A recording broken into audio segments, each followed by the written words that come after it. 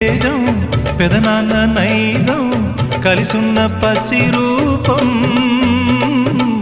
నీరాణితనము నారాచ గుణము ఒకటైన చిరుదీపం పెరిగేనులే నాంసము